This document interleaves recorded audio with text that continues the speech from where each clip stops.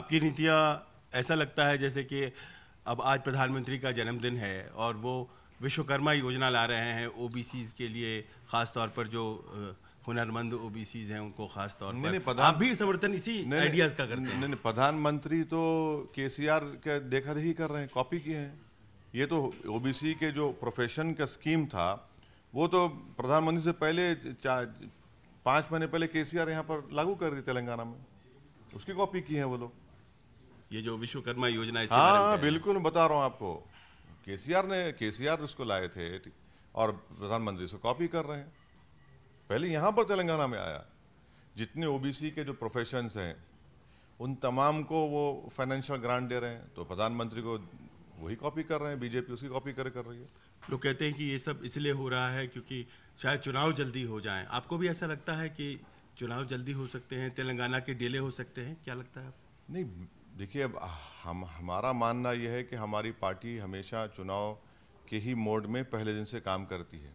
अब ये दूसरे पार्टियां हैं जो चुनाव के लिए इलेक्शन मोड में आती हैं। कभी भी चुनाव हम तैयार हैं, चुनाव तो होना चाहिए, चुनाव होंगे। मुझे नहीं मालूम कि जॉइंट इलेक्शन होगा तेलंगाना के विधानसभा का लोकसभा के साथ, मगर टाइम मेरे लगता है कि जनवरी 17 से पहले तेलंगाना की असेंबली को कॉन्स्टिट्यूट होना चाहिए, सिवाय वो मिजोरम को छोड़कर। तो अब उसको कैसा ओवरकम करेंगे कोई भी, तो चुनाव तो होना चाहिए टाइम पे। या अब नहीं तो अगर आप कौन सा बिल लाएंगे, कैसा करेंगे, मुश्किल होगा। मुझे लगता है कि चुनाव तेलंगाना के टाइम पे होंगे। आपको लगता है कि सत्र में वन नेशन वन इलेक्शन जैसी कोई बात आ सकती है? सत्र शुरू होने वाला, राज्यसभा में बीजेपी के पास मेजोरिटी नहीं है, चाहे वो कॉन्स्टिट्यूशनल अमेंडमेंट लाए या फिर सिर्फ एक नॉर्मल सा बिल लेकर आए। नंबर तो उनके पास नहीं है, 162 नंबर टच नहीं कर रहे। अब मोदी जी अगर पीछे से कोई जादूगरी कर चुके हैं तो वो अलग बात है, मगर आज की तारीख में नंबर नहीं है। आखिर में आपका ध्यान मैं खींचना चाहूँगा जम्मू कश्मीर में घट रही घटनाओं की तरफ।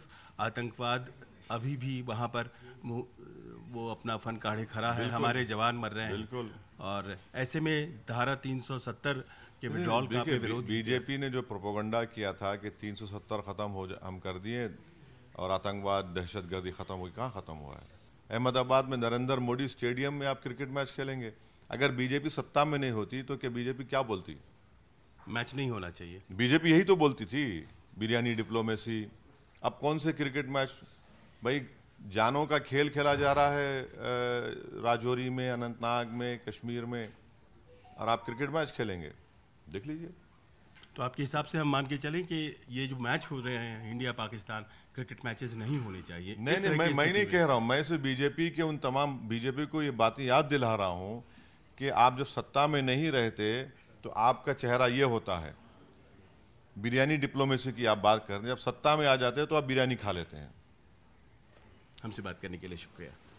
संजीव त्रिवेदी, न्यूज़ 24, हैदराबाद।